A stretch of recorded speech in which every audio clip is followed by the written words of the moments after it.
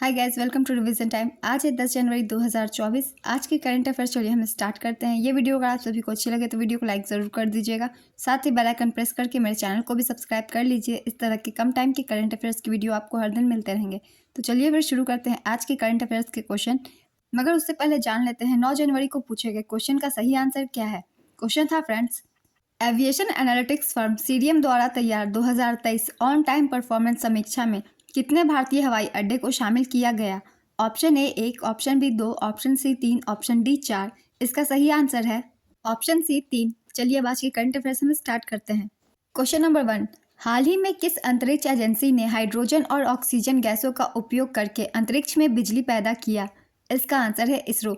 इसरो ने हाइड्रोजन और ऑक्सीजन गैसों का उपयोग करके अंतरिक्ष में बिजली पैदा की। 1 जनवरी को इसरो ने PSLV C58 मिशन लॉन्च किया था। इस दौरान PSLV ऑर्बिटल एक्सपेरिमेंट मॉड्यूल 3 में 100 watt polymer electrolyte membrane fuel cell का सफल परीक्षण किया। पोइम ने उच्च दबाव वाले जहाज़ों में संग्रहित हाइड्रोजन और ऑक्सीजन गैसों में 180 वाट बिजली उत्पन्न की। नेक्स्ट क्वेश्चन, हाल ही में किस न्यायमूर्ति को नालसा का कार्यकारी अध्यक्ष नियुक्त किया गया। इसका आंसर है संजीव खन्ना। सुप्रीम कोर्ट के न्यायमूर्ति संजीव खन्ना नालसा के कार्यकारी अध्यक्ष बने। भारत के राष्ट्रपति ने सुप्रीम कोर्ट के सबसे वरिष्ठ न्यायाधीश न्यायमूर्ति संजीव खन्ना को नालसा के कार्यकारी अध्यक्ष के रूप में नियुक्त किया है। वे न्यायमूर्ति SK कौल का स्थान लेंगे, जो 25 दिसंबर को सेवानिवृत्त हुए थे। नालसा का पूरा नाम है नेशनल लीगल सर्विसेज अथॉरिटी, राष्ट्रीय कानूनी सेवा प्राधिकरण। नालसा के कार्यकारी अध्यक्ष के महत्वपूर्ण पद पर सर्वोच्च न्यायालय के दूसरे वरिष्ठ न्यायाधीश को नियुक्त करने की परंपरा का पालन किया जाता है। नालसा विभिन्न स्तरों पर लोक अदालतों का आयोजन करता है। ये राष्ट्रीय कानूनी सेवा प्राधिकरण 1987 के कानूनी सेवा प्राधिकरण अधिनियम के तहत स्थापित एक वैधानिक निकाय है। नेक्स्ट क्वेश्चन, किस राज्य के काला नूनिया चावल, सुंदरबन शहद और कादियाल साड़िया को GI टैग दिया गया है। इसका आंसर है पश्चिम बंगाल।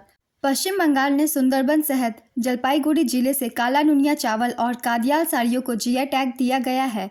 पश्चिम बंगाल वन विकास निगम लिमिटेड ने मौली समुदाय द्वारा एकत्र किए गए सुंदरबन शहद, जिसे मौबन के नाम से जाना जाता है, के लिए सफलतापूर्वक GI टैग प्राप्त किया। हाल ही में डिजिटल शेंगेन वीज़ा जारी करने वाला पहला यूरोपीय संघ देश कौन सा बना। इसका आंसर है France. France digital Schengen visa जारी करने वाला यूरोपीय संघ का पहला देश बना। फ्रांस ने 2024 ओलंपिक और पैरालंपिक खेलों के लिए डिजिटल शेंगेन वीज़ा जारी किया। फ्रांस वीज़ा प्लेटफॉर्म के माध्यम से लगभग 70,000 वीज़ा पूरी तरह से ऑनलाइन जारी किए जाएंगे।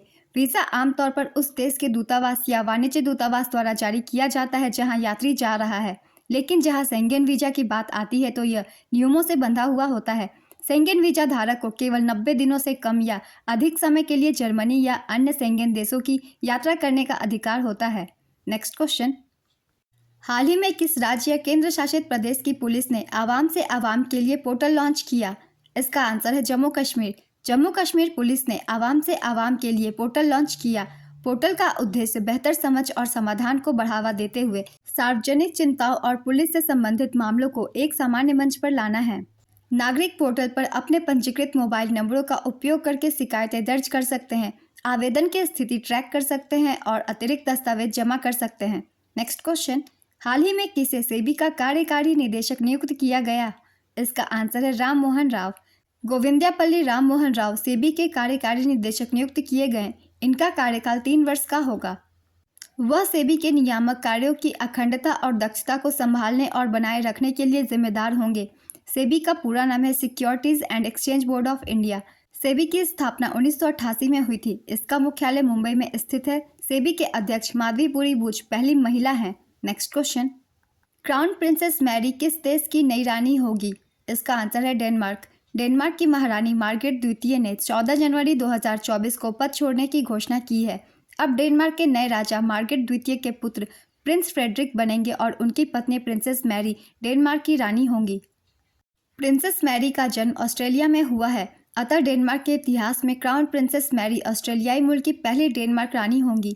नेक्स्ट क्वेश्चन, हाल ही में संयुक्त राष्ट्र सुरक्षा परिषद द्वारा अफगानिस्तान में शांति के लिए किसे विशेष दूत बनाया गया। इसका आंसर है हामिद करजई। अफगानिस्तान के पूर्व राष्ट्रपति हामिद करजई को संयुक्त राष्ट्र सुरक्षा परिषद द्वारा अफगानिस्तान में शांति के लिए विशेष दूत के तौर पर नामित किया गया है।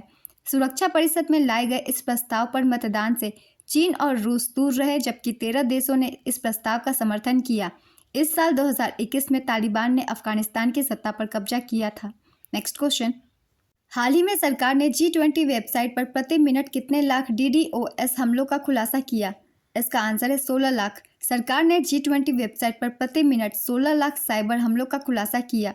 भारत द्वारा आयोजित G20 शिखर सम्मेलन 2023 की आधिकारिक वेबसाइट को आयोजन के दौरान प्रति मिनट 16 लाख साइबर हमलों का सामना करना पड़ा।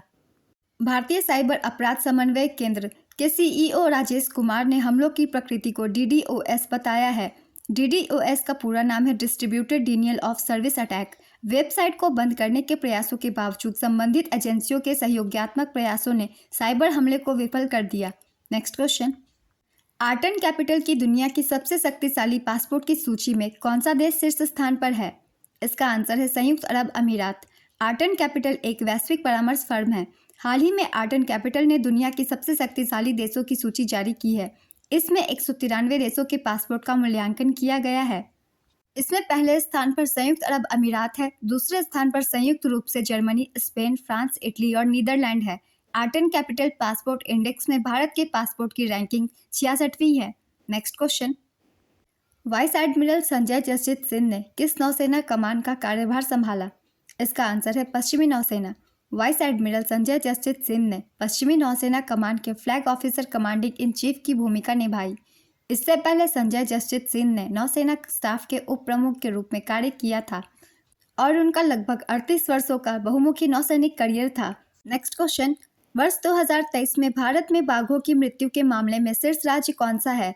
इसका आंसर है महाराष्ट्र। भारतीय वन्यजीव संरक्षण सोसाइटी द्वारा वर्ष 2023 में देश में हुए बाघों की मृत्यु के आंकड़े जारी किए गए।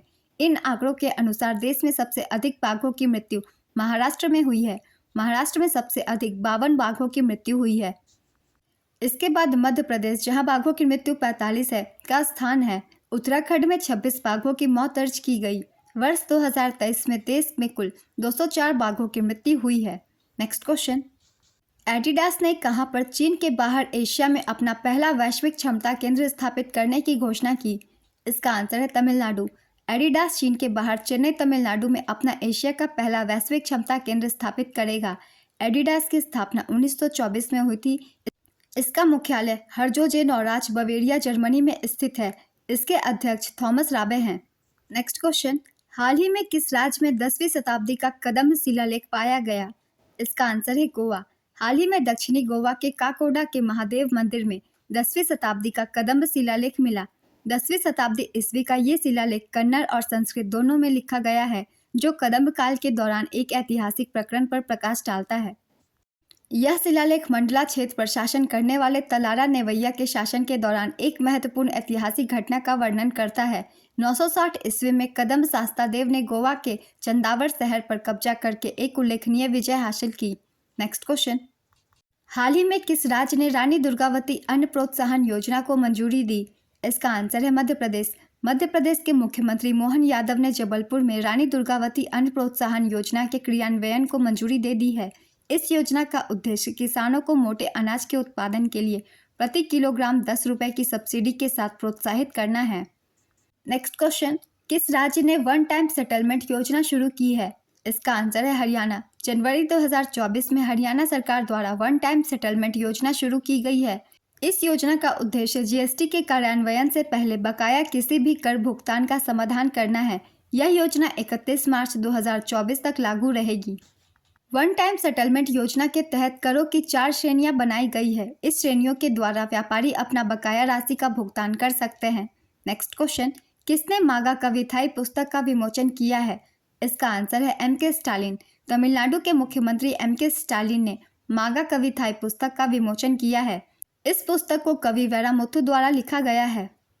मागा कविथाई का अर्थ है महान कविता। नेक्स्ट क्वेश्चन, यूरोपीय निवेश बैंक के नए अध्यक्ष के रूप में किसकी नियुक्ति की गई है? इसका आंसर है नादिया कैल्विनो। नादिया कैल्विनो को यूरोपीय निवेश बैंक का नया अध्यक्ष नामित किया गया है, जिन्होंने 1 जनवरी से पदभार ग्रहण किया। वह वर्नर होयर के स्थान पर यूरोपीय संघ बैंक की 8वीं अध्यक्ष बनी। कैल्विनो इस प्रतिष्ठित संस्थान का नेतृत्व करने वाली पहली महिला और पहली स्पेनियार्ड है, जो बैंक के इतिहास में एक महत्वपूर्ण उपलब्धि है। आज के करंट अफेयर्स के क्वेश्चन कंप्लीट होते हैं फ्रेंड्स। चलिए अब आज का क्वेश्चन देखते हैं मैंने क्या लिया है। किस राज्य के काला नूनिया चावल, सुंदरबन शहद और कादियाल साड़िया को जीआई टैग दिया गया है? Option A Bihar, option B Odisha, option C Paschim Bangal, option D UP. अपना आंसर गेस कीजिए या फिर कमेंट बॉक्स में दीजिए। अगर आप सभी को मेरी ये वीडियो अच्छी लगी हो तो वीडियो को लाइक जरूर कर दीजिएगा और साथ ही बेल आइकन प्रेस करके मेरे चैनल को भी सब्सक्राइब कर लीजिए। इस तरह के कम टाइम के डेली करंट अफेयर्स आपको हर दिन मिलते रहेंगे। फिर मिलते हैं नेक्स्ट वीडियो के साथ। आप सभी को थैंक यू।